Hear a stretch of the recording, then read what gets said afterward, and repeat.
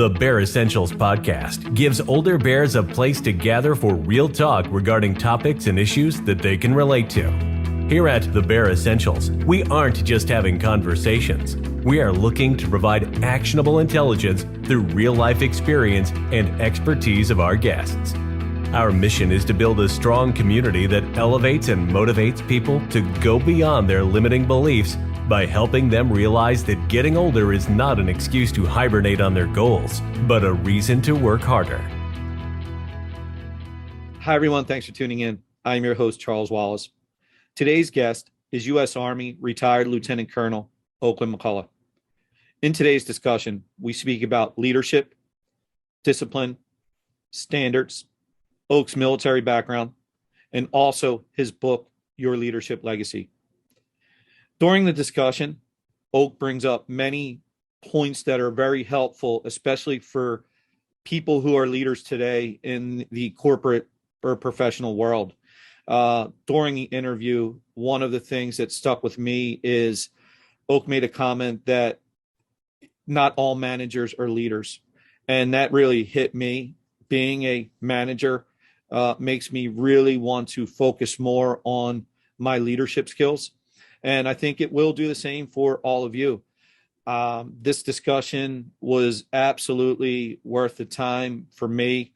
I feel like I'm better for it. And talk about standards, bright and early here today, scheduled to start at 6:30. Oak and I jumped on the interview at about 6:23 a.m. So Oak was more than prompt, which I would have expected nothing less. So with that being said, let's jump to it. Here is my interview with Oakland McCulloch, who says, please call me Oak. So here we go. Hey, good morning, Oak. Thank you for joining the show today. I really appreciate it. And I'm looking forward to having this discussion with you. I think you'll be able to provide a lot of value for my audience. And just for me, it's actually exciting to be here speaking with you. So thank you. Well, thanks for having me on, Charles. I've been looking forward to this. So, Oak, Oak, it's Oakland. Are you okay with me calling you Oak? Absolutely. That's what everybody calls me. Awesome. So, and believe me, I've been called much worse. So I answered to much worse than that. Yeah, I know. I do know that feeling. I have to tell you. All right, Oak. So let's introduce yourself to the audience. Tell a little bit about yourself. Yeah, so I grew up in northern Illinois, a small little farm town up near the Wisconsin border. I did 2 years at West Point afterwards. I played baseball there. I came home, helped my father run a business for a little bit, and then finished up ROTC at Northern Illinois University, where I met my wife, because my wife was also in the Army. She was an Army nurse for 8 years. Met my wife during ROTC.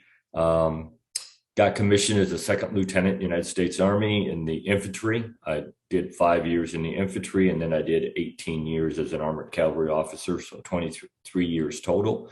When I got done with the Army, I was the associate director of a food bank for about 18 months, running the day-to-day operation. And then they offered me to come here to Daytona Beach and do the recruiting for the Army ROTC program. It's tough to come to Daytona Beach, Charles, but somebody's got to do it.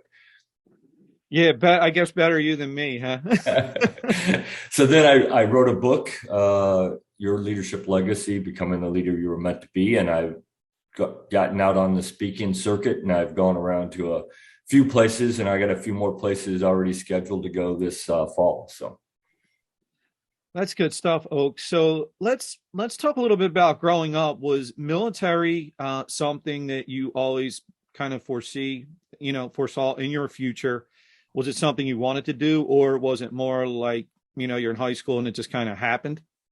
So, my parents weren't military. I had an uncle that was in the Army for a few years. I had an uncle that was in the Navy for a few years during Vietnam, both during the Vietnam War era.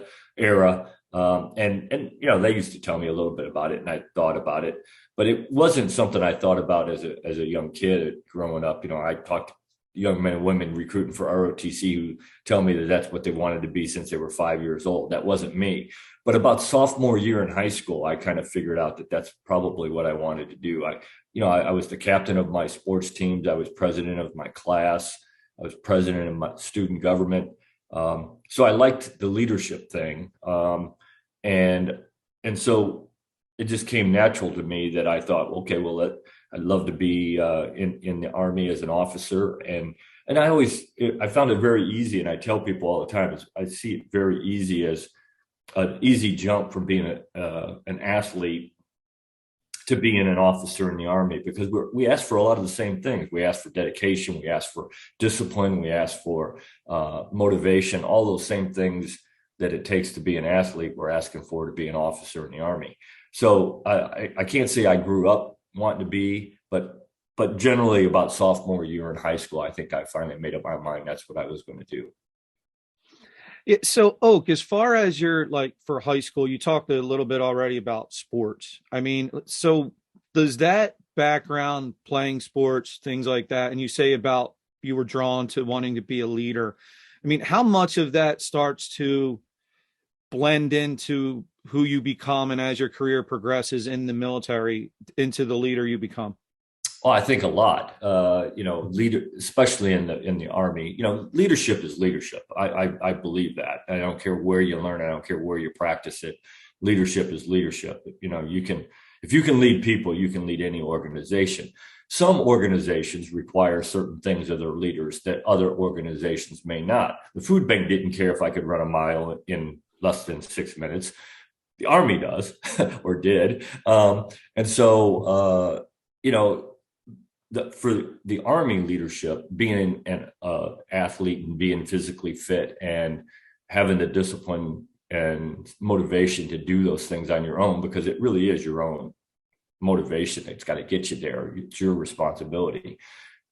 It certainly helped define who you are as a leader in the Army. And I think that as I recruit for Army ROTC, I emphasize that quite often to these young men and women that, being an officer in the Army is an outdoor sport. You got to be in some kind of shape to be an officer in the Army. I can tell you to everyone, we'll be right back after a word from NGBN TV. Hey, Charles, I just wanted to welcome you and all the Bear Essential listeners and watchers to NGBN.TV. My name is Chris Rubio, and I'm the host of The Rubio Method. We are a show about men's mental health that comes out every other Wednesday. Our latest episode just came out today, June 22nd. Then we'll have one in another 2 weeks. We already have 9 episodes out with myself and my co-host, Nick Monahan. We navigate the zone of men turning into middle age and going through health crises, whether it's mental, physical, and we have a good time while doing it. We tell a lot of funny stories. We have great interviews and guests, and it's just an all-around good time for about a half an hour to 45 minutes. So make sure you check out the Rubio Method as well on NGBN.TV, YouTube, Spotify, Google, and Amazon podcasts. And once again, from the Rubio Method to the Bear Essentials, welcome to NGBN.TV. Yeah, so Oak, as far as I just want to ask as we move forward with the interview, but leadership, I mean, from your perspective, what would you define? What do you look for as a leader? Who's the type of person that you would be comfortable following?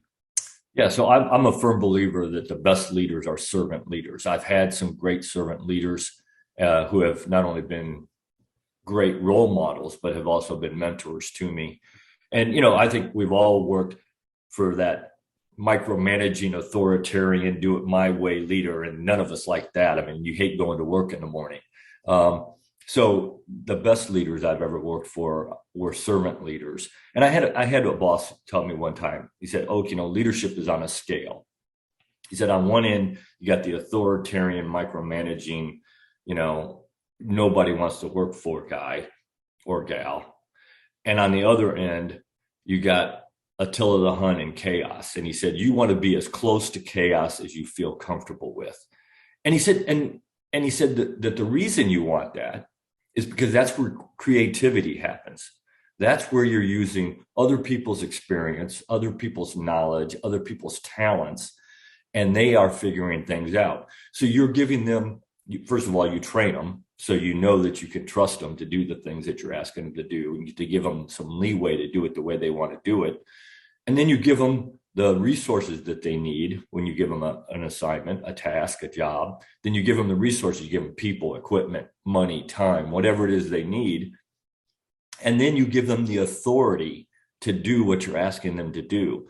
You can never give away your responsibility as an officer or as a leader. That's yours and yours alone. You're responsible for everything that happens or doesn't happen in your organization.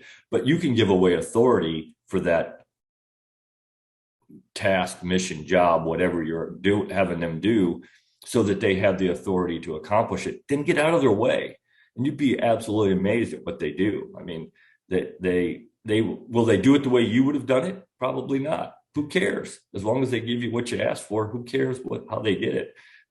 So I'm a firm believer in that type of leadership, that you tell people what you want, you give them the stuff they need to do it, you give them the authority to do it, and then leave them alone. They'll absolutely shock you at their creativity and their productivity of what they can do if you just leave them alone and give them all the stuff they need. And Oak, it's and again, why I was looking forward to this interview already. I never heard the way you just put that as far as giving away the authority. I mean, I've been in management now for probably the last 20 years. And I guess I've done that, but I never thought of it in those terms of giving away the authority. That was an interesting way of saying it. I really, really like that. And I want to, obviously we'll talk more about leadership and things like that as we go on, but I did want to get into a little bit more about, could you talk a little more about your military experience in the Army? Yeah. So I was a combat arms officer, infantry and armor guy, and loved every minute of my 23 years in the Army. I don't know where it all went. I mean, it's just amazing how fast it all goes. And I got to do some amazing things and go to some amazing places. I've been in 45 countries on 5 continents. Never would have been able to do that if I hadn't been in the Army. I had a couple interesting things. And here in the States, my first real deployment was Hurricane Hugo in Charleston. I was stationed at Fort Stewart, Georgia, and just outside Savannah. And our unit got activated to go up there after the hurricane. And, here I am, an infantry platoon leader. And they put me in charge of a warehouse. And I was like, a warehouse? Well, I don't run a warehouse. And they said, well, Lieutenant, figure it out. And so me and my platoon, we ran the night shift of a warehouse. So as things were coming in, lumber and whatever they were going to need to rebuild Charleston, we cataloged it, we stored it, and then eventually when they started to rebuild, we would issue it out to the people who needed it. And I did this, and I ran the same type of operation. I was responsible for Hurricane Andrew in Homestead. I wasn't running the warehouse. I was a company commander at that time. So I was resourcing all this stuff to make sure that it all happened. So I got those 2 things. And then I was Desert Shield, Desert Storm as a young lieutenant or a senior lieutenant. And then I was the congressional liaison officer for General Clark during part of the Bosnian deployments, 1997, 98, I think. And then I was in Kosovo for 9 months in 99, 2000 as an operations officer. So I ran the day-to-day operation of our battalion and some international units that were attached to us during Kosovo. Well, and during any of that time, did you end up seeing any combat while you were over it, like in those places? Well, I mean, Desert Shield, Desert Storm was the combat piece of it. In Kosovo, we never saw, luckily, we never, I was never shot at. I don't think any of my soldiers were there when I was there were shot at. Had a couple incidences that were close, that got a little tense, but never had to pull a weapon or anything during my Kosovo time. But yeah, during the Desert Shield, Desert Storm was the only combat time that I really saw. This recent, Afghanistan, Iraq, just happened that, just like other people, I was a soldier just like anybody else, and I did what the Army told me to do, and they just never sent me to Afghanistan or Iraq. They had other things they wanted me to do. I was teaching at the Staff College, Army Command General Staff College, training the people going over there because I'd already been an S3. I'd already been an operations officer, so they weren't going to send me back to do that. So I was teaching the next generation of operations officers to go do what they had to do in Afghanistan and Iraq. And then they picked me to be the exchange officer at the Australian Command and Staff College. So I went over there and was teaching the Australian officers and their international students that come to their staff college, teaching them international operations, interdivision operations. So I was doing that for 2 years. And then I ran an ROTC program. So I was producing the next generation of lieutenants that were going over and doing the things they had to do in Afghanistan and Iraq. And I think that's really important, actually. And it's probably, I can see why, just speaking to you for a little bit and knowing you for just a few weeks I have, as to why they would see the value in you in some of those roles. I think experience and just, honestly, just the way you present yourself, I think that's a huge thing. And you present yourself as someone that if I needed to, I'd be willing to follow. So I think I can see why that would happen. Now, when I was in the professor of military science, you were in a place where there is no Army base. You are for the people in Mobile, Alabama, I was the Army. I mean, they as far as they knew, that's what it was. And when I took over that position, a lot as a professor of military science, I had a lot of my neighbors who, some of them had never met an Army guy, never talked to somebody in uniform. And they'd say, "So what do you really do?" And I would try to explain it to them. And I said, "Well, I said, look, I'm producing the next generation of leaders. And my main job is every day to make every one of them want to be like me.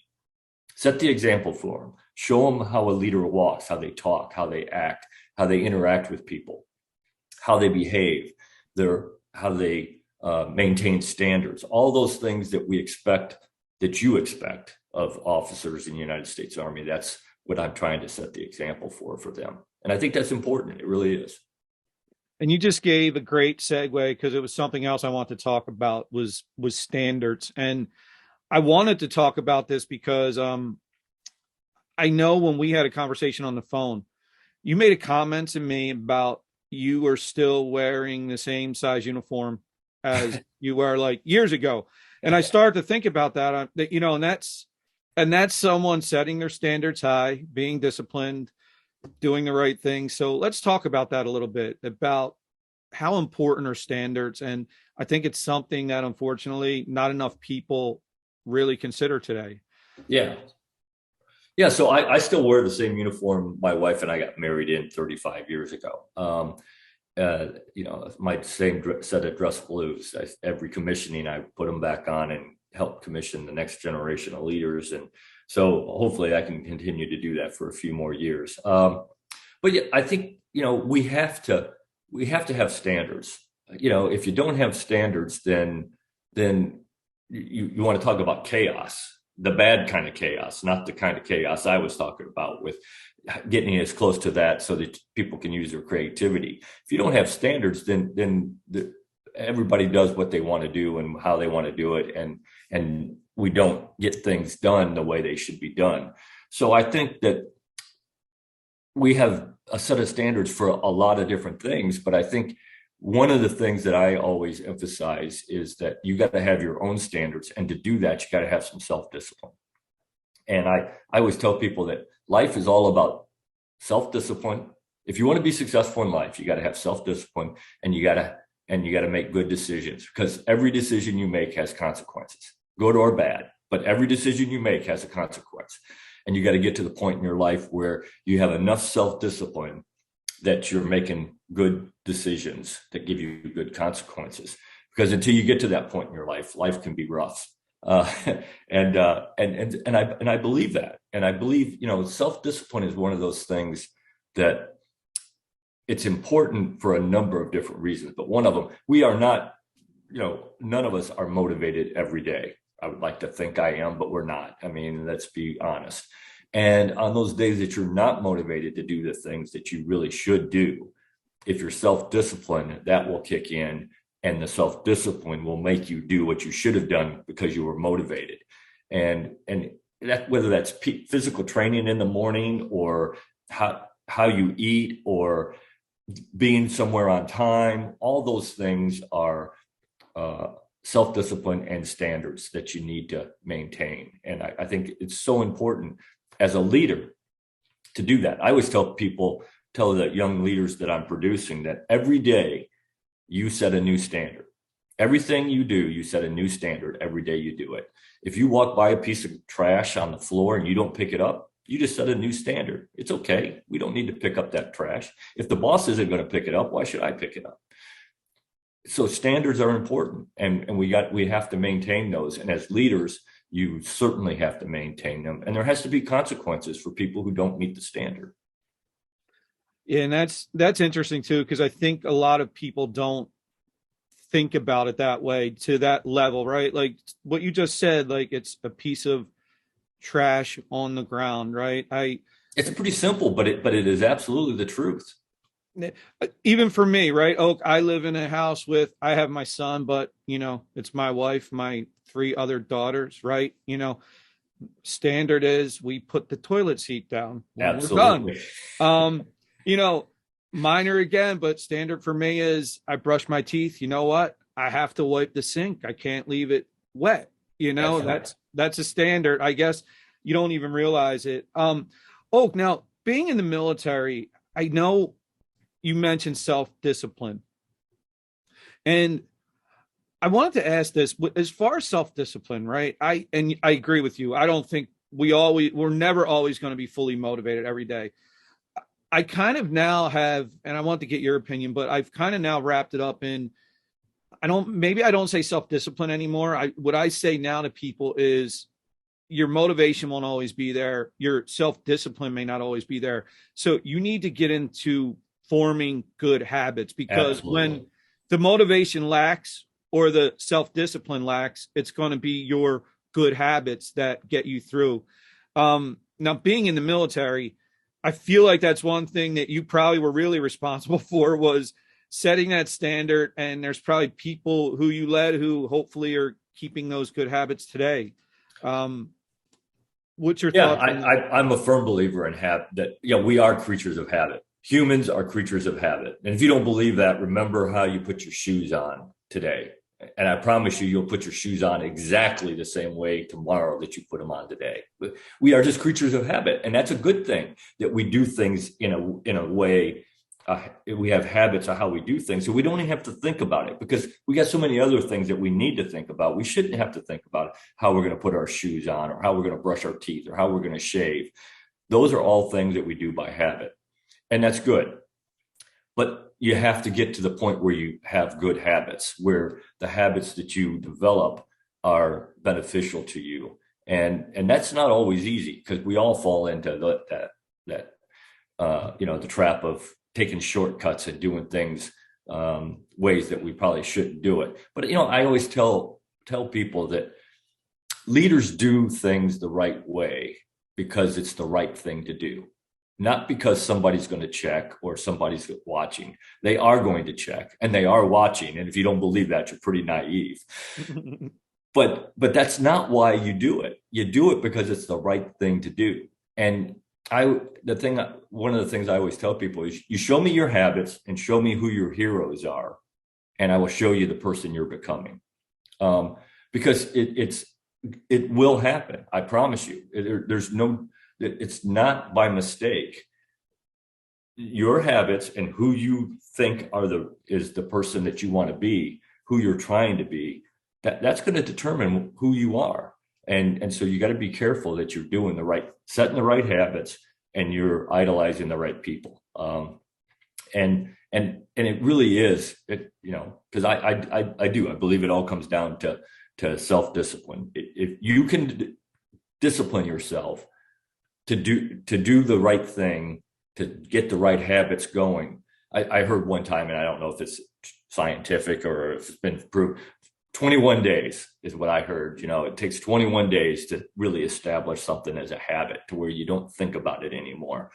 And I think that's probably about right. I mean, I in my life, that's about what it takes, I think. I've never sat down and counted the days, but I think, that's pretty close. But it is important to establish good habits, because you're right. I don't care how disciplined you are. There's going to be days when you're going to slip. You're not going to be motivated every day, but if you have good habits, your body, your mind is going to do things the way you always do them, because we are creatures of habit.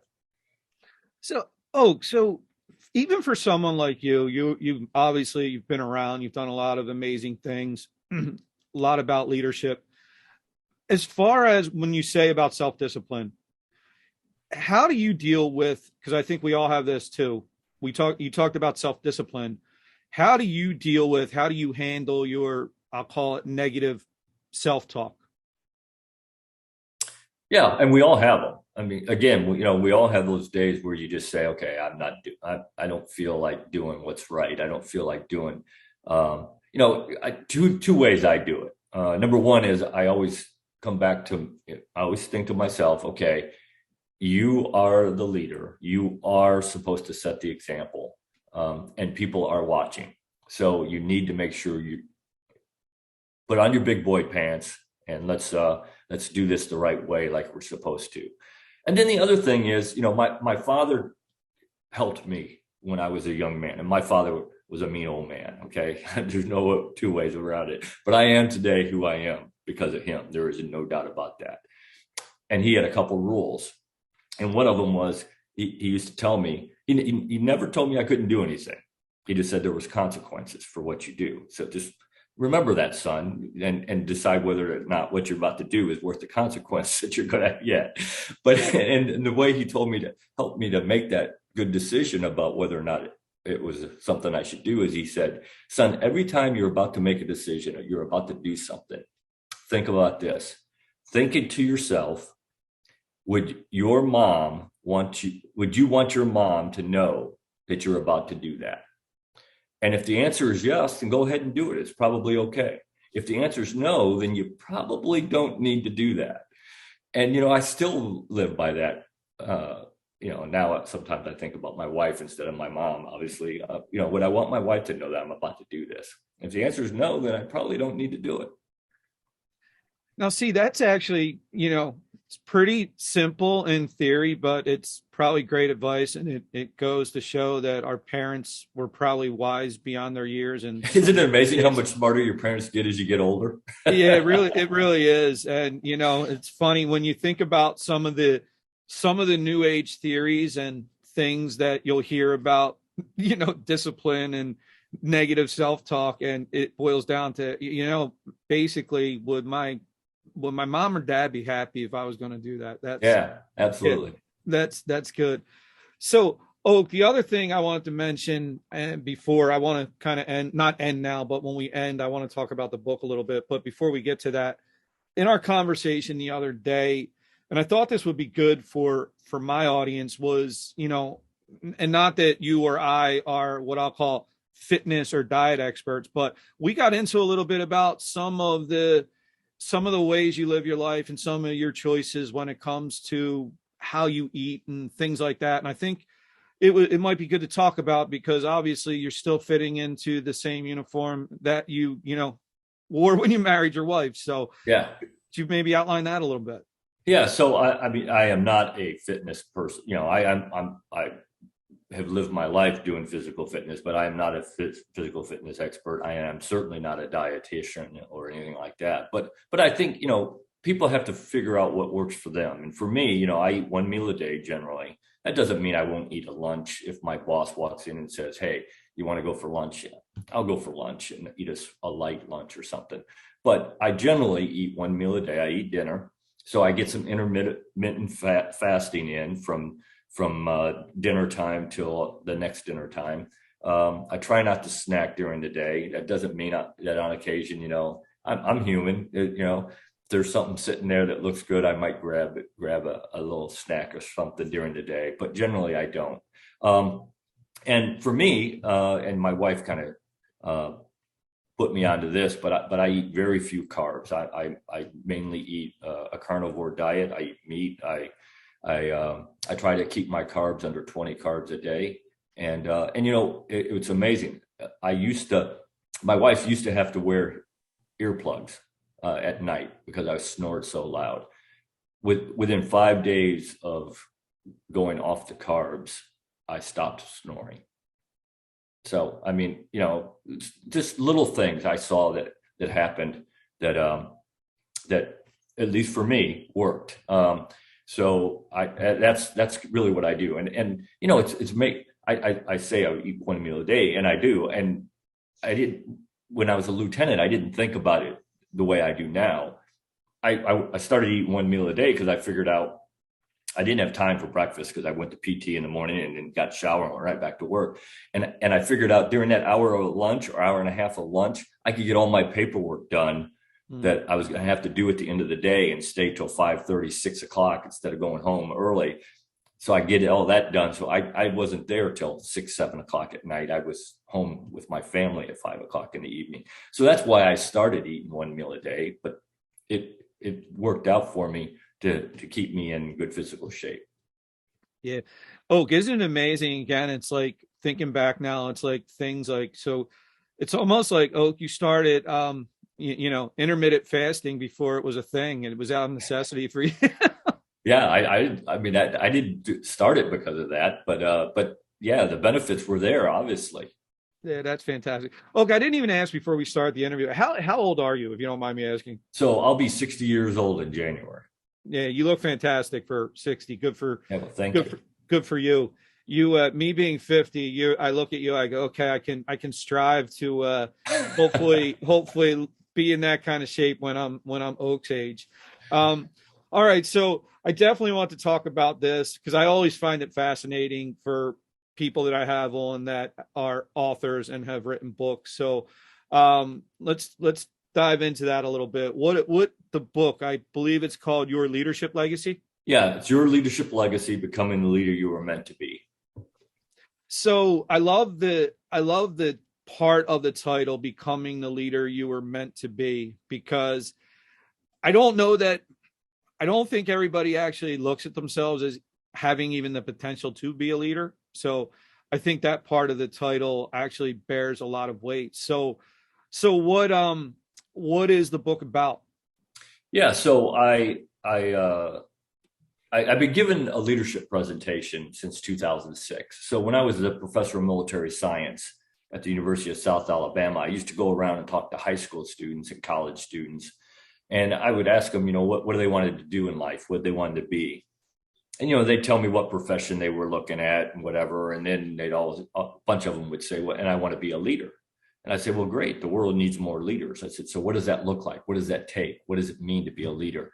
And you get that deer in the headlights look. They had no idea what it took to be a leader. They just knew they wanted to be one. And they probably wanted to be a leader for the wrong reasons. They wanted it because they wanted a nicer title and they wanted more pay and more privilege. And look, let's be honest, leaders get those kinds of things generally, and that's okay. But if that's why you want to be the leader, then go do something else, because you're never going to be a good leader. That should not be the only reason that you want to be a leader. You should want to be a leader because you want to help people. So the book is about what it takes to be a leader, a servant leader, and the things that it takes to be a good leader. So in the book, I talk about servant leadership. I talk about setting the example. I talk about communication skills and how important that is to a leader. All communication, written, verbal, nonverbal, text, email, handwritten notes, meetings, all those things. I talk about building teams, building cultures, developing a vision and plans. Talk about getting results, because in the real world, results matter. In fantasy land where everybody wins it, gets a trophy and everybody's a winner. maybe not, but in the real world, results do matter. And I talk about continuing to build your leadership skills, because leadership is a destination, or it's a journey. It's not a destination. You never get there where you can't learn something else.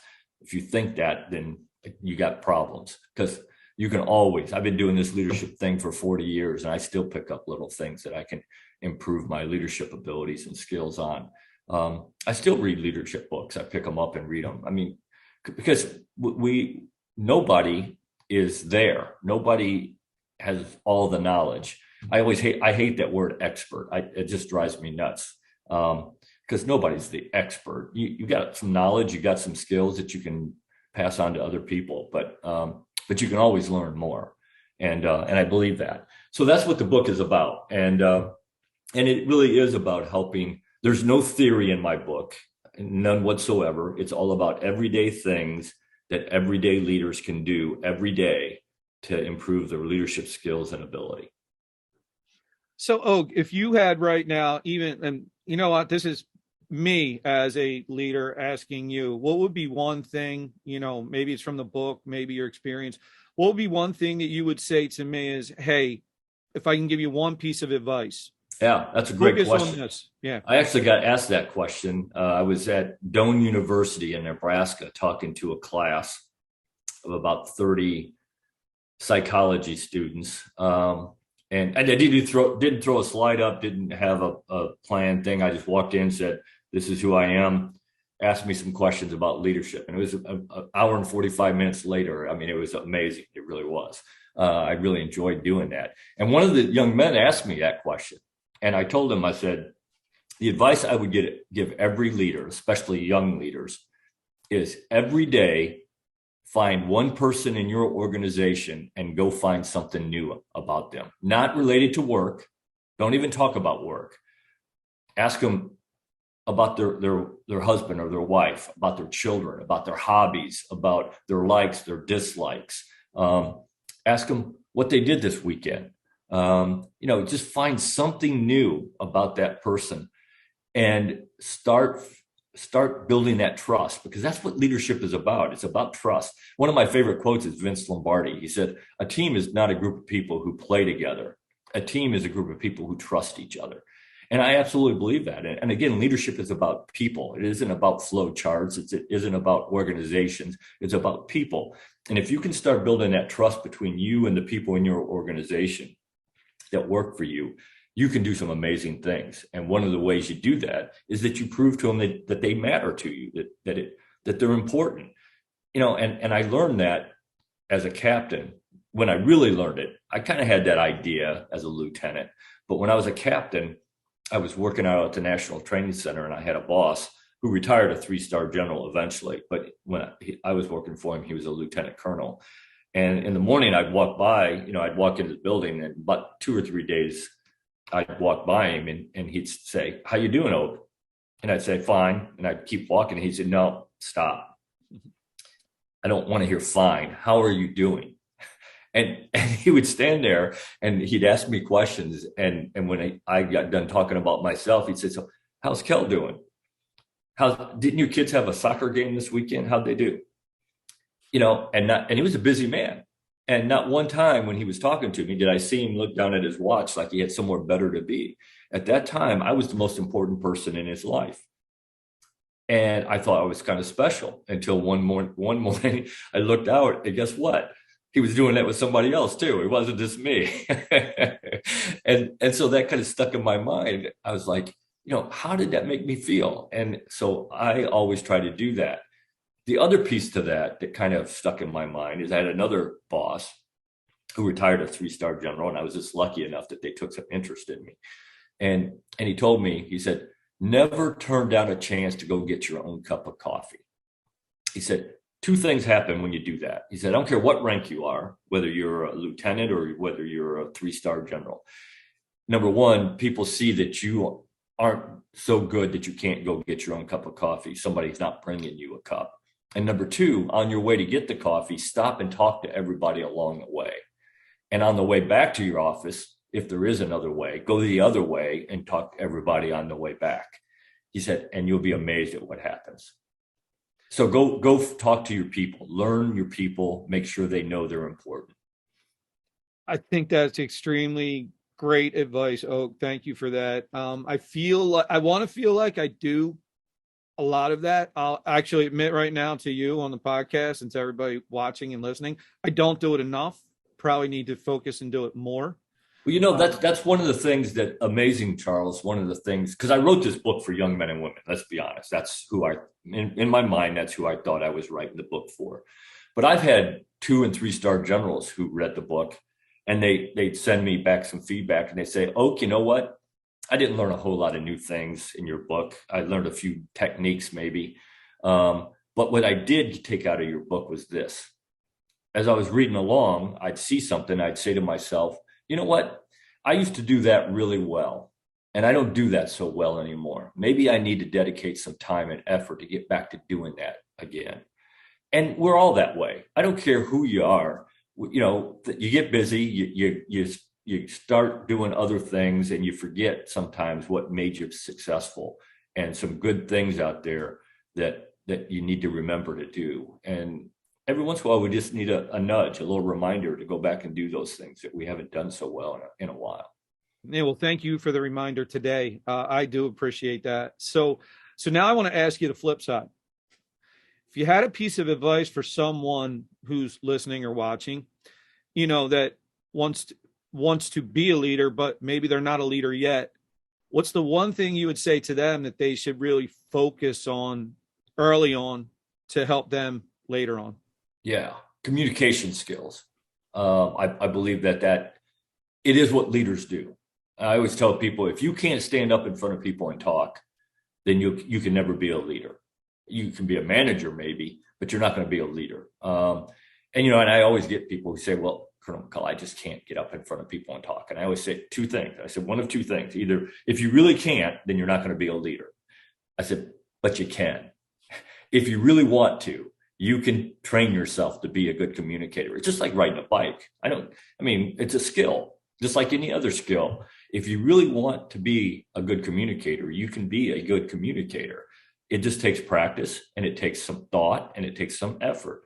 And if you do that, then you can be a good communicator. But I think that is so important to be a leader, and it goes into, like we briefly mentioned, it goes in every aspect, speaking, listening, nonverbal, written communication of all types, running meetings, as a leader. That's one of the biggest parts of being a leader, is running effective meetings. And we've all been in boring meetings. Okay. And if we're really honest and we're leaders, we've run some boring meetings in our life. But you don't have to. You're the leader. You can make them productive if you want to. So I always tell people one of the most important skill of a leader is communication. And you just said something, and now I have to ask you, it's fascinating to me. You said you could be a manager, but not a leader. Yeah. I think people really, even me, when you said that, it made me pause. I'm like, wait a second. There's a difference, right?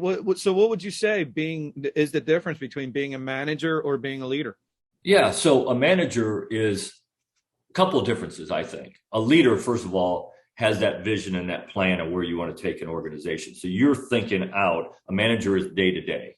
He's the one who is executing what the leader's vision and plan is. Now, that doesn't mean that you don't have people working for you, because you might, but the other part is that managers generally they don't have the responsibility. They have some authority that the leader has given to them to accomplish what they have to do, but they don't have responsibility like the leader does. The leader is always the one with his or her name on the blame line. If things go wrong, I'm coming to the leader. I'm not going to the manager.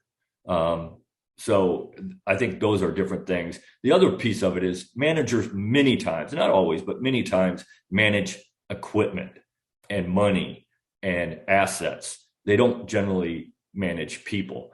The leader is responsible for leading the people. The manager is responsible for the day-to-day operation, and usually equipment and stuff like money, stuff like that, not people. So I think those are the difference. And I always tell people, look, you can be a great manager and not have any leadership skills. I believe that. I've seen it. You cannot be a great leader and not have any management skills. You still have to have some management skills. You have to know how to do those things. But there is a difference between a manager and a leader, just like there's a difference between a leader and a boss. Well, I'll tell you what, as I'm sitting here now speaking to you, in my mind, I'm already, it's going to be starting today, striving to be a leader, not just a manager. So Good. That's a big takeaway for me from this. So, well, Oak, I listen, I could go on and on. This is, I always tell people that, it's, when you had a good podcast, first of all, it's just a conversation like we're having, but you look at your watch and you're like, oh my goodness, we've been on for 45 minutes, an hour. I mean, it just goes like that.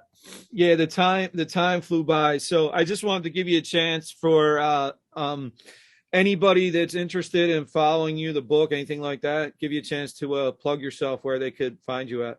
Yeah. Well, and it's, at this point in my life, it really is my passion to get to talk to as many people as I can about leadership, because I think we're not doing a good job of producing leaders in this country right now in every profession and at every level.